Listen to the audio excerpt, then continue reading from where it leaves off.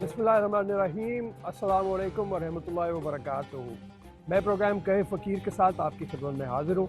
हमेशा की तरह हमारे साथ सैयद सरफराज शाह साहब, मारूफ दीनी स्कॉलर, रूहानी बुज़ुर्ग हमारे साथ मौजूद हैं, हमें गाइड करते हैं। आज भी इंशाअल्लाह ताला बहुत से मामलात पे हम इनसे गाइडेंस लेंगे, आपके सवाल भी होंगे जिनके हम जवाब इनसे लेने की कोशिश करेंगे। आज का मौजू उसकी तरफ जाने से पहले थोड़ी-सी तमहीद मैं ये दे दूँ कि हमारी बहुत सी जो प्रोग्राम देखने वाली हैं, उनकी तादाद ख़वातीन की भी है और ख़वातीन अपने बारे में अपने हवालात के सवालात बहुत से उठाती रहती हैं, अपने हालात के बारे में पूछती रहती हैं। मुल्क में इस वक़्त जो उनके एक बहस चल रही है, उस हवाले से भी वो सवाल में उठाना चाहती हैं कि उनका रुतबा क्या है, किस तरह के उनके हकूक़ हैं। इससे पहले कि मैं गुफ्तगू को आगे बढ़ाऊँ, एक छोटी-सी नज़्म का एक टुकड़ा लीना लथरॉप का, एक मारूफ अमरीकी ये पोइट हैं, शायरा हैं, उनका टुकड़ा पेश करके तर्जुमा मैं शाह साहब की खिदमत में पेश करता हूँ। वो कहती हैं, डू यू नो योर वास्क for the costliest thing ever made by the hand above. क्या तुम जानते हो कि तुमने एक ऐसी चीज़ का तकादा किया है, एक औरत का दिल जिसको अल्लाह ताला ने बड़ी नाज़ुकी के साथ बनाया, और तुम्हें मालूम है कि तुम इस तरह से ये तकादा कर रहे हो कि जैसे कोई एक बच्चा, एक नौजवान सरफिरा आदमी एक बेकार सी चीज़ का एक तलबगार होता है। तुम चाहते हो तुम्हारी कमीज़ के बटन लगे हुए सही हों, तुम्हारा खाना सही पका हो, तुम्हारा गोश्त कचा ना हो, तुम्हारे घर की सफाई बिल्कुल सही हो, और मैं ये चाहती हूँ कि मैं जब तुम्हारी तरफ देखूँ, तुम जो मेरे सरताज हो, मेरे हाकिम हो, मेरे बादशाह हो, तो मैं ये सोचूँ कि अल्लाह ताला का साया है ये जो मेरे सामने खड़ा हुआ है। मैं तुम्हें उस रुतबे में देखना चाहती हूँ। तो ये मर्द और औरत का रिलेशनशिप भी इस तरह से है, इस हवाले से बात है और औरत के हवाले से भी बात है। शाह साहब, यहीं से मैं गुफ्तगू शुरू करता हूँ आपसे। उसका तकाज़ा बड़ा खूबसूरत है कि अल्लाह के साए की तरह मैं तुम्हें देखना चाहती हूँ, ऐसा मेरा शौहर हो। बिस्मिल्लाहिर्रहमानिर्रहीम। ये जो आपने एक नज्म का एक छोटा सा हिस्सा, ये खासी लंबी नज्म जी, है खासी असल में, लंबी ये नज़्म है जी। वो छोटा सा एक हिस्सा आपने बयान किया। ये इतने खूबसूरत अंदाज में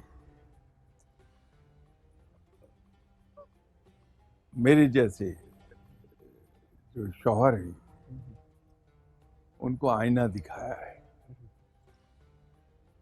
बड़ा खूबसूरत अंदाज है, बहुत इनडायरेक्ट है।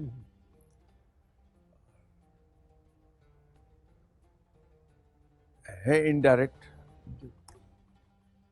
शायरी में है तो हमारा ये ख्याल है कि शायरी में मुबालगा ज़्यादा होता है, लेकिन इस नज़्म में शुरू से आखिर तक पढ़ जाइए आप, इसे मुबालगा नहीं मिलता, बल्कि ज़िंदगी की हकीकतें भी अंडरस्टेटमेंट में बयान हुई भी है, जो कि शायरी के मजाज के ही खिलाफ है बात।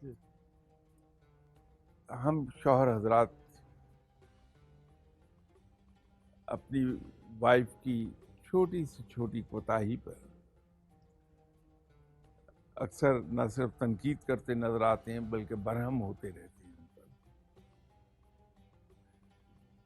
उसी को उसने कहा कि तुम्हारा जो कहना वो ये चाह रही है कि तुम तो इसी पर इरिटेट हो जाते हो, अनाय हो जाते हो कि तुम्हारा बटन दुरुस्त तरीके से नहीं लगा, धागा उसमें सही इस्तेमाल नहीं हुआ, तुम्हारी कमीज पर एक सलबट आई हुई है। इस्त्री करते हुए जी।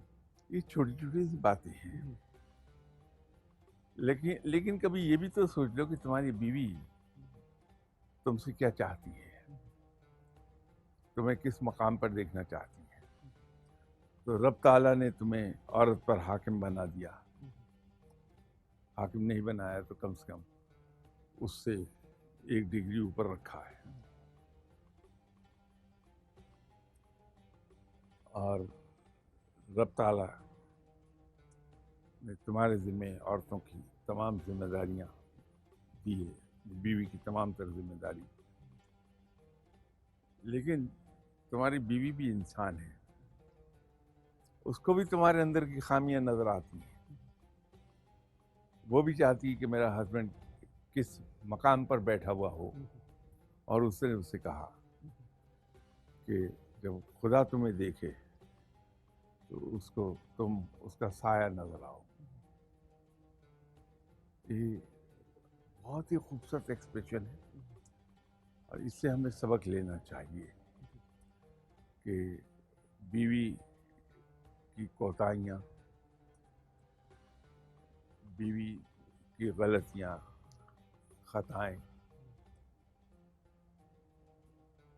वो ज़्यादातर उसे सरफे नज़र कर लेना चाहिए, मासवा इसके कि जहाँ घर की इज्जत इन्वॉल्व हो जाए या बच्चों की तरबियत पर बुरा असर पड़ जाए उसका, वहाँ कहने का एक खूबसूरत अंदाज, और मैंने देखा कि ये बड़ा इफ़ेक्टिव है कि बजाय शौहर बीवी पर गरजे बरसे, अगर ऐसी ही एक छोटी सी हिकायत सुना दी जाए मौलाना रोम से या हकायात सादी से, और वो भी बड़े खुशगवार लहजे में हंसते हुए, तो शायद उसका असर बहुत ज़्यादा हो जाए।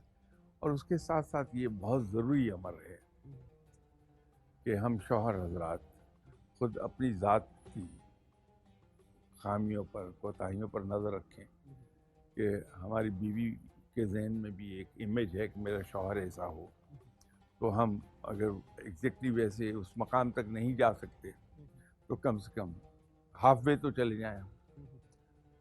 तो ये ऐसी चीज़ें बहुत बड़ा सरमाया है हमारी, अगरचे वो अमेरिकन है और मैं हमारा सरमाया कह रहा हूँ, लेकिन ये हकीकतन, क्योंकि इल्म किसी एक की मीरास नहीं है, किसी एक कौम की मलकियत नहीं है, वो तमाम इंसानियत की मुश्तरका मलकियत है। मैं तो ये इल्म के बारे में ये समझता हूँ।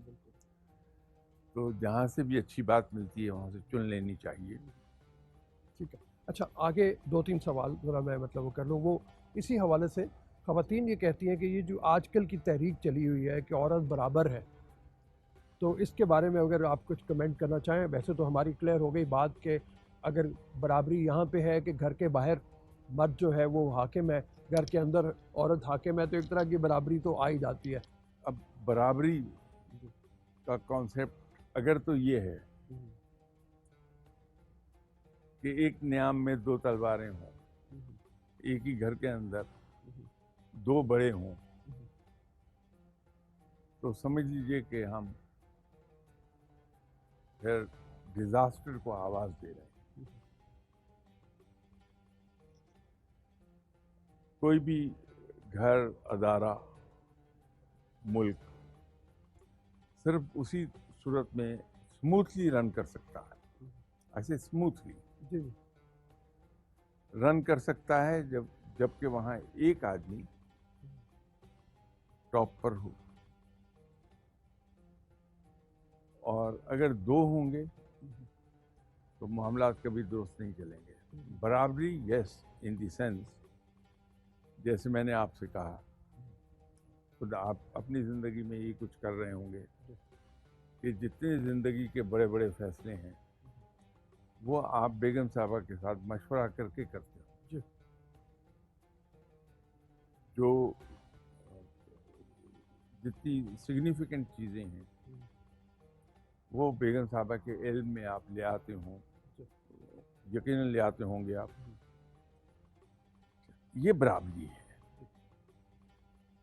फिर इस जिस बराबरी की मैं बात कर रहा हूँ वो बराबरी ये है कि जो हुकूक इस्लाम ने और कानून ने, लॉ ऑफ द लैंड, उसने दिए हैं खातून खाना को, वो उसको पूरी ध्यानदारी से दे देने चाहिए। ये जो मैं सेंस ऑफ बिलोंगिंग की बात कर रहा था, जब हम खातून खाना को सेंस ऑफ बिलोंगिंग देती हैं तो फिर वो अपने हकूक़ को एक्सरसाइज करना शुरू कर देती। तो ये बराबरी उस सेंस में है। लेकिन वो जो आम मायनों में इसे लिया जाता है कि एक ही नियाम में दो तलवारें हों, तो वो मुमकिन नहीं। तो हमें ये ज़रा ज़हन में रखना चाहिए। वो एक सवाल मेरे पास ये भी आया हुआ था कि जी मतलब ये अगर शाह साहब गाइड कर दें तो वो ये है कि आम तौर पे ये होता है कि शादी पे गए, उनको कहा जी कि 32 रुपये 8 आने में हमने इसको ले लिया और घर ले आए। जबकि उस वक्त की अगर जिन्स में देखा जाए तो चांदी की कीमत जो रखी गई थी अरब दस्तूर में साहबा कराम के ज़माने में वो लाखों में बनती है, हज़ारों में बनती है। तो क्या ये उस तरीके से नहीं होना चाहिए, और क्या ये नहीं होना चाहिए कि फिर औरत के साथ साथ उसके हकूक़ में के मुताबिक जो है हक महर में भी इजाफा होता चला जाए?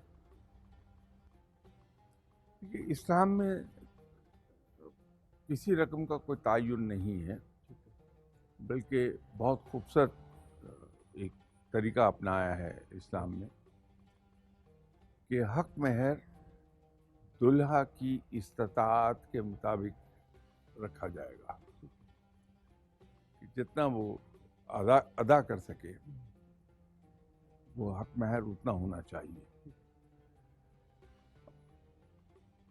हम लोग इसका बाज़ का फ़ायदा लेते हैं कि हम कहते हैं, जी हमारी तो इस्तात नहीं है, हमारी इस्तात तो ये है कि इतना हो। दुरुस्त नहीं है। जो वाकई अल्लाह ने जैसा हमें माली लिहाज से बनाया है, हम अपनी इस्तात के मुताबिक उसका हक महर मुकर्रर करें और फिल फॉर अदा कर दें। वो जो आपने फरमाया कि वक्त के साथ साथ कीमत बढ़नी चाहिए, तो जो चीज़ आप अदा कर चुके वो आपके उस पे तो फिर तो वो बढ़ नहीं सकती। ठीक। आप तो दे चुके, आपके ज़िम्मे कोई ड्यू नहीं है। ठीक। तो उसके बारे में तो ये हमें बड़ा क्लियरली समझ लेना चाहिए। ठीक। और एक और जो इससे पहले आप गुफ्तगू फरमा रहे थे कि एक घर की सफाई करने वाली, खाना पकाने वाली बावर्चन चाहिए हमें। तो बीवी की सूरत में हम असल में एक सफाई करने वाली खातून और बावर्चन और बच्चों की खिदमत करने वाली खातून वो लेके आते हैं। अनफॉर्चुनेटली हमारे मुआशरे के लिए ये बात तो दुरुस्त है, ग़ालिबन इस्लाम में ऐसा नहीं है। इस्लाम में तो एक क्लियर कट डिवीजन मौजूद है जिम्मेदारियों की। खातून खाना जो है वो मालिक है घर की, बतौर मालकन उसकी जिम्मेदारियाँ वो डिफाइंड है बड़ी क्लियरली कि वो अपने हस्बैंड की माल की अमीन है, उसकी इज्जत की अमीन है। मैं इन अल्फाज में कह रहा हूँ, खुलकर नहीं बात कर रहा उस पर। बच्चों की परवरिश की जिम्मेदार है। खामद की जिम्मेदारियाँ ये हैं कि वो बीवी को अपना एक नाम दे, माशरे में उसको इज्जत दिलाए, उसके नान नफ़क़े की जिम्मेदारी उस पर है पूरी तरह से। उसकी तमाम ज़रूरियात को बाअहसन तरीके पर अपनी हैसियत के मुताबिक पूरी करने का वो पाबंद है। अल्लाह ताला ने ये हस्बैंड के ज़िम्मे लगाई है बात कि वो पूरी तरह ज़िम्मेदार है अपनी वाइफ की लिविंग का। तो वो डिवीजन ऑफ रिस्पॉन्सिबिलिटीज़ है कि घर के दहलीज के बाहर की तमाम जिम्मेदारियाँ रब ताला ने हस्बैंड के ज़िम्मे लगा दी, अगर आप मुख्तसर अल्फाज में कहें। और दहलीज के अंदर की तमाम जिम्मेदारियाँ वो खातून खाना के ज़िम्मे आ गई हैं। ये मुख्तसर अल्फाज में हो सकता है इससे कुछ थोड़ा कन्फ्यूजन कोई पैदा कर ले, लेकिन मैं इसको मुख्तसर अर्ज़ कर रहा हूँ। तो बड़े क्लियरली डिफाइंड है। तो वो जिम्मेदारियाँ पूरी कर रही है, वहाँ उसकी हैसियत मालिका की है, सफाई करने वाली खातून या बावर्चन की या खादमा की नहीं है। मालिक है by virtue of being the head of that house, not the family but the house, वो इसकी जिम्मेदारियां हैं। मर्द हेड ऑफ द फैमिली है, बतौर हेड ऑफ द फैमिली वो उसकी अपनी एक जिम्मेदारियां हैं जिनको पूरी करता है। जैसे हम तवक्को रखते हैं वाइफ से कि वो हमारी खामियां, अव्वल तो अगर मुझ जैसा छोटा आदमी है तो मेरी तो सच्ची बात है ये ख्वाहिश होगी कि मेरी बीवी मेरी खामी पॉइंट आउट ही ना करे। मैं ये समझूंगा कि वो मेरी तौहीन कर रही है। लेकिन अगर कोई पढ़ा लिखा इंसान है तो वो तवक्को रखता है कि मेरी वाइफ अगर मेरी किसी खामी को पॉइंट आउट करती हैं तो उसमें भी एक ख़ास मरब्बत और एक लिहाज और एक तहजीब नज़र आती हो। तो अगर ये तवक्को एक शौहर रखता है तो फिर तवक्को रखने से पहले उसको यही सलूक वाइफ के साथ कर लेना चाहिए। अगर मैं अपनी बीवी से ये तवक्को रखता हूँ कि मेरी बहुत सी कोताहियाँ और ख़ताएँ और ख़ामियाँ वो इग्नोर कर दे इसलिए कि मैं इंसान हूँ और ख़ता का पुतला हूँ, same goes for my wife. मुझे अपनी वाइफ के साथ भी यही रवैया रखना है। ये नज़्म इस लिहाज से बहुत काम की है। भरपूर ओह जी इसको सर। अच्छा, आपने जो अभी गुफ्तगू में फरमाया एक बड़ा इंपॉर्टेंट पॉइंट आपने कहा कि घर के अंदर की मालिका वो है, और मुझे याद पड़ता है शायद हदीस मुबारका है सल्लल्लाहु अलैहि वसल्लम से रिवायत है कि वो जो कहा गया कि अगर तुम अपनी बीवियों से नाराज़ हो तो उन्हें उनके घर से मत निकालो। तो यहाँ पे मलकियत का भी एक तरह का वो मैंने कहा ना मालिका है, जी मालिका है, मतलब वो खादमा नहीं है, मालिका है। और by virtue of being head of the house उनकी जिम्मेदारियां भी हैं, क्योंकि कोई इख्तियार बगैर जिम्मेदारी के नहीं आता है। अगर कहीं इख्तियार दिया जाएगा तो उसकी रिस्पॉन्सिबिलिटी भी उस पर आएगी, अकाउंटेबिलिटी भी फिर उस पर है। क्योंकि देखिए ना मतलब हमारा रवैया, मैं अपने हवाले से भी जैसे बात करता हूँ कि हमने जो भी कमाया एक तो अपनी बीवी के साथ शेयर कर लिया कि भाई मैं ये कमाता हूँ, मैं तो बिल्कुल शेयर करता हूँ, और उसके बाद हमने तय कर लिया कि भाई इतने पैसे जो हैं वो घर का खर्च चलाने के लिए मेरी बीवी के पास है, और फिर मैं उसमें दखल नहीं दूंगा वेरी गुड कि वो किस तरह से Very खर्च good. करे, किसको क्या दे, वो मालिक है उसकी, वो मालिक है उसकी। बेशक। तो होना तो ये चाहिए, ये है नहीं हमारे यहाँ बिल्कुल अनफॉर्चुनेटली, और यही से सवाल करती है ख़वातीन भी। मेरे ख्याल में इसके बाद जब हम थोड़ा सा चलेंगे तो आगे की भी चले जाएंगे। ज़रा इस बारे में भी फरमाइए। मैं जो समझा हूँ वो तो ये है कि जब आप किसी को ब्याह के लाते हैं तो एक कमरा या एक उसको मखसूस कर दें जो उसकी जगह हो, चाहे आप जॉइंट फैमिली में रहते हैं चाहे आप जॉइंट फैमिली में नहीं रहते। अगर वो कोई एक छोटी सी जगह भी अपना नहीं पाएगी जिसको वो कह नहीं सकेगी कि मेरा है, ये मेरा फिर है। झगड़े पैदा होंगे, फिर खराबी पैदा या। होगी। जी ये जो आपने अभी फरमाया कि आप एक तो पूरी ईमानदारी से वाइफ को बता देते हैं कि मेरी मंथली इनकम इतनी है, इसका एक बहुत बड़ा फायदा है जी कि दोनों को क्लियरली मालूम है, कोई एम्बिग्युइटी नहीं है कि हमें इन्हीं रिसोर्सेज के अंदर ज़िंदगी गुजारनी है। तो अपने आप को वो उसके मुताबिक अपनी बेल्ट को वो एडजस्ट कर लेती है। दूसरा वो जो आप फरमा रहे थे कि आप ने एक म्यूचुअल कंसेंट से एक सर्टेन अमाउंट एग्री कर ली कि इतना पैसा घर के खर्चे में जाएगा, इतना आप सेविंग में डाल देंगी और इतनी मुझे पॉकेट मनी आप दे देंगे। तो जब ये डिवीजन आप कर देते हैं तो फिर आप उस पर क्वेश्चन नहीं करते बेगम साहबा से कि वो पैसा कहाँ गया। ये रवैया उस वक्त आएगा जब हम ये समझ लें कि जब मैं एक चीज़ किसी भी शख्स को दे चुका, अब ये उसकी मलकियत है और वो इसको जैसे चाहे वो कर ले। इसके अंदर आपसे एक मैं अर्ज़ करूं कि अगर मुझे ऐसा कोई आदमी या मैं इस पे अमल नहीं करता जो आपने फरमाया, हमें चाहिए कि एक बार इसे ट्राई आउट ज़रूर कर लें। मर्द की ज़िंदगी बहुत आसान हो जाती है। वो जो रोज़ के बखेड़े हैं उनसे जान छूट जाती है। दूसरी तरफ वाइफ को भी एक एहसास रहता है कि यस, मेरी कोई पोजीशन है कि मैं एक हद तक जो फैसले हैं वो सारे के सारे मैं इंडिपेंडेंटली कर सकती हूँ। तो उसको वो घर के साथ एक सेंस ऑफ बिलोंगिंग मिलने लगती है कि ये घर और ये चीज़ें मेरी हैं और मेरा इस पर तसर्रुफ है। असल बात ये है। तो ये जो आप सेंस देते हैं, सेंस ऑफ बिलोंगिंग, उसको इट प्लेज वंडर्स। ये बड़ा मैजिकल असर रखती है अपने अंदर।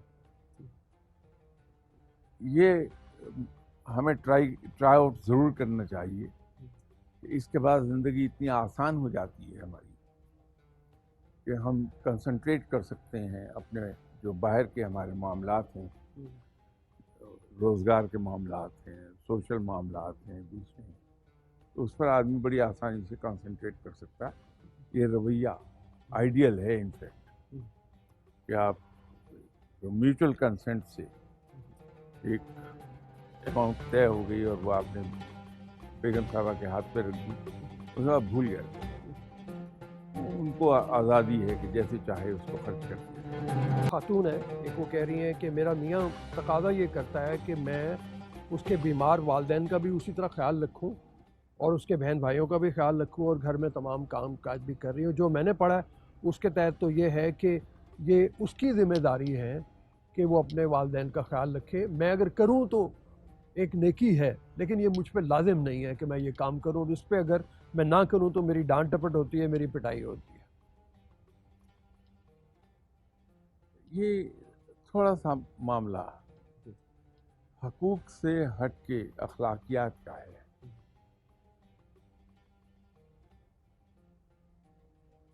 क्या ये मुमकिन है कि मैं एक शख्स को देखूं जो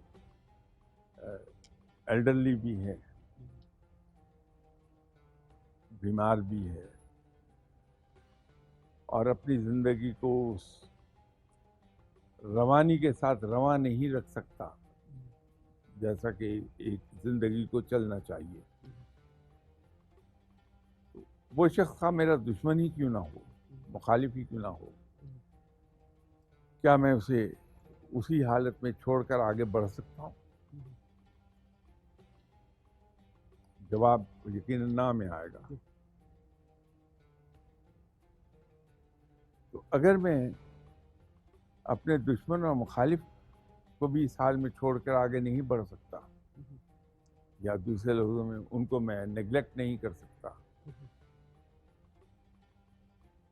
तो ये कैसे मुमकिन है कि एक शख्स जिससे मैं प्यार कर रहा हूँ, मैं उसके माँ बाप को इस लाचारगी के आलम में छोड़ दूँ? ये तो अखलाकियात के ही बईद है कि एक शख्स, अगर मैं आपको वैसे दोस्त से प्यार करता हूँ तो आपका कोई भी, आपके मुतल्लिकीन में से कोई आ जाए, माँ बाप तो बड़ी दूर की बात है, तो मैं उसको खुले दिल से वेलकम करूँगा। और अगर मुझे ये पता लग जाए कि रऊफ़ साहब के वालिद साहब हैं या वालिदा साहिबा हैं, तो मैं बड़ा रेस्पेक्टफुल भी हो जाऊँगा। वेलकमिंग तो हूँगा ही, लेकिन रेस्पेक्टफुल बहुत हो जाऊँगा कि आपके पेरेंट्स हैं।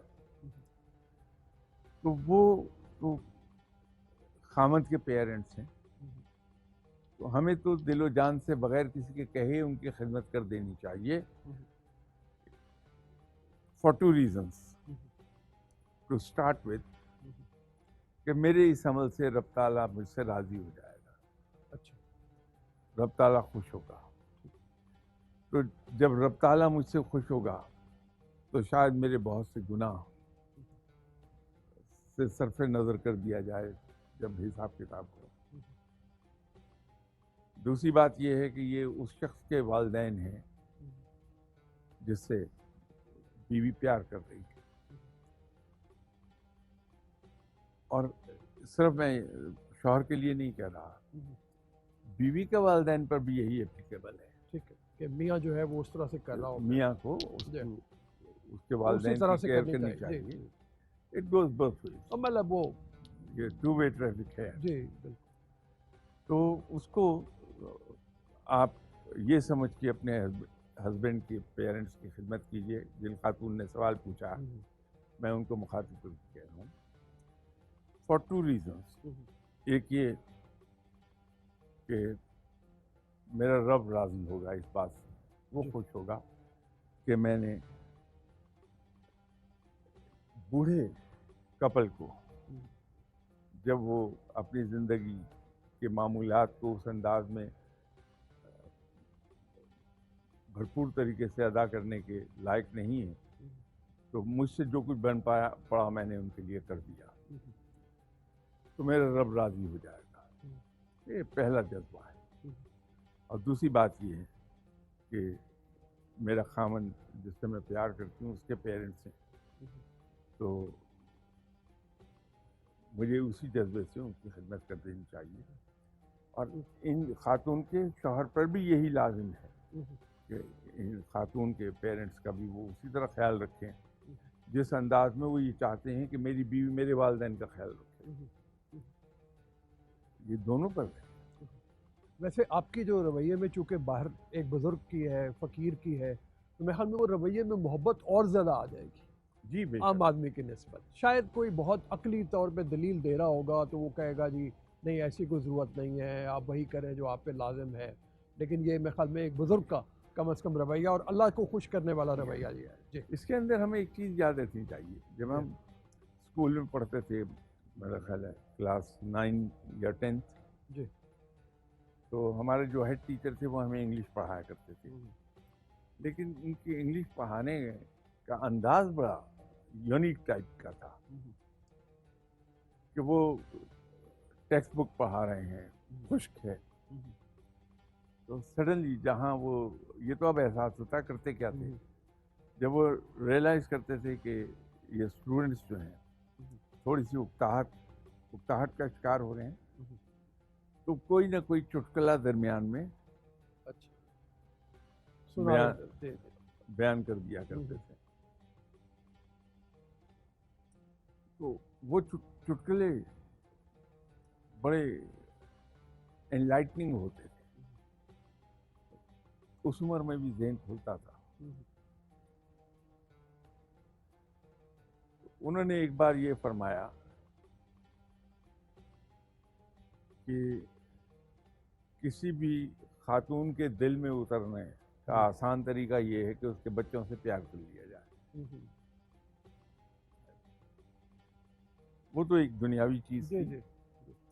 लेकिन मैं I like to put it this way कि मेरे ख्याल में रब को राज़ी करने का, उसको खुश करने का एक आसान तरीका ये है कि उसकी मखलूक को खुश किया जाए, इसलिए कि रब अपनी मखलूक से बहुत प्यार करता है। ये फ़कीर लोग इसी पे अमल करते हैं कि वो खल्क़े खुदा से मोहब्बत करते हैं बग़ैर ये देखे कि ये शख्स मेरा मुखालिफ है या मेरा दोस्त। वो यकसा तौर पे सबसे प्यार करते हैं और मकदूर भर उनकी खिदमत करने की कोशिश करते हैं, in what ever manner they can. ये एक उनका। तो जब हम रब के बंदों को खुश रखते हैं तो रब राजी होता है हमारा। तो रब तक पहुंचने का आसान तरीका यही है कि उसके मखलूक की खिदमत करनी जाए। अच्छा शाह साहब, ये सवाल एक और है, वो ये है कि साहब की तरफ से कि दिन भर काम करके जब मैं थका हारा घर आता हूँ तो मेरी बीवी सर पे पट्टी बांध के लेटी होती है और मेरी ख्वाहिश ये होती है कि वो नहा धो के तैयार हो के कोई मेकअप करके मेरे सामने हो, तो मेरा मूड ऑफ हो जाता है, मैं घर से चला जाता हूँ। अब मेरे ख्याल में ये एक समझाने वाली बात है कि एक तो मेरे दिन में ये आता है कि शायद वो डिप्रेशन का हाँ। शिकार हो, उनका इलाज करना चाहिए, और इस बात को ये नहीं बना लेना चाहिए कि आप घर से भाग जाएं और जिम्मेदारी किसी और के ऊपर छोड़ दें। और मतलब मेरे ख्याल में आप गाइड कीजिए। एक हम बंद जगह पर रह रहे हैं, और बंद जगह अगर खुदा न खास्ता क्रैम्प भी है तो ये और ज़्यादा नुमायाँ जी। हो जाएगा किस्सा। तो ऑक्सीजन की कमी है। उसका आसान तरीन तरीका ये है कि हर 2 घंटे के बाद, 3 घंटे के बाद हम अगर रूफ टॉप पर चल जाएं, अगर सामने खुली जगह नहीं है घर के, रूफ टॉप पे जाके कहीं साए में हम बैठ जाएं, पंखा वंखा चला लें, तो उससे हमें ताज़ा हवा मिल जाएगी, ऑक्सीजन का लेवल हमारी बॉडी में पूरा हो जाएगा, ये कैफियत नहीं होगी। और दूसरी चीज़ वाटर इनटेक की है कि वाटर इनटेक पर हम नज़र डालें। तो अब वैसे शौहर के अगर थोड़ा सा हम सिंपैथेटिक व्यू ले लें और अपनी बेगम साहबा को ये हम समझा दें कि ये जो आपने पट्टी बांधी हुई है, यकीनन आपकी तबीयत ख़राब है, मुझे आपसे पूरी हमदर्दी भी है और कंसर्न भी हूँ मैं आपके बारे में, लेकिन मेरे ख्याल में रीज़न कुछ ऐसी है। तो आप अगर आ जाएं, ऊपर जाके रूफ टॉप पे बैठते हैं, बजाय नाराज़ होकर घर से जाने के, अगर बेगम साहबा को अगर घर के सामने लॉन नहीं है या खुली जगह नहीं है तो रूफ टॉप पे ले जाइए, वहाँ बैठ के उनके साथ बैठ के चाय पीजिए, ठंडा पी लीजिए, जो जी चाहे कर लें, आधा पौन घंटा गुजारिए, आप देखिए वो ठीक हो जाएंगी, फ़ौरन मसला हल हो जाएगा। तो उसमें मारपीट करने की या नाराज़ होकर घर से जाने की ज़रूरत नहीं पेश आएगी, इस नुस्खे पे अमल कर लें। ठीक है सर, टाइम हमारा ख़त्म हो रहा है। हमने बात की औरत और मर्द के हवाले से, ख़ासतौर में मियाँ और बीवी के हवाले से। औरत के और भी बहुत से हकूक़ हैं, जहाँ वो बहन के तौर पे होती है, माँ के तौर पे होती है, उसका जायदाद में हिस्सा होता है, वो जायदाद में हिस्सा उसको नहीं मिलता, उसकी शादियों के मामलात होते हैं। ये इंशाअल्लाह ताला किसी और प्रोग्राम में हम उठा रखते हैं इसको, इसके बारे में भी शाह साहब से गाइडेंस लेंगे। अभी इजाज़त दीजिए, अल्लाह हाफ़िज़।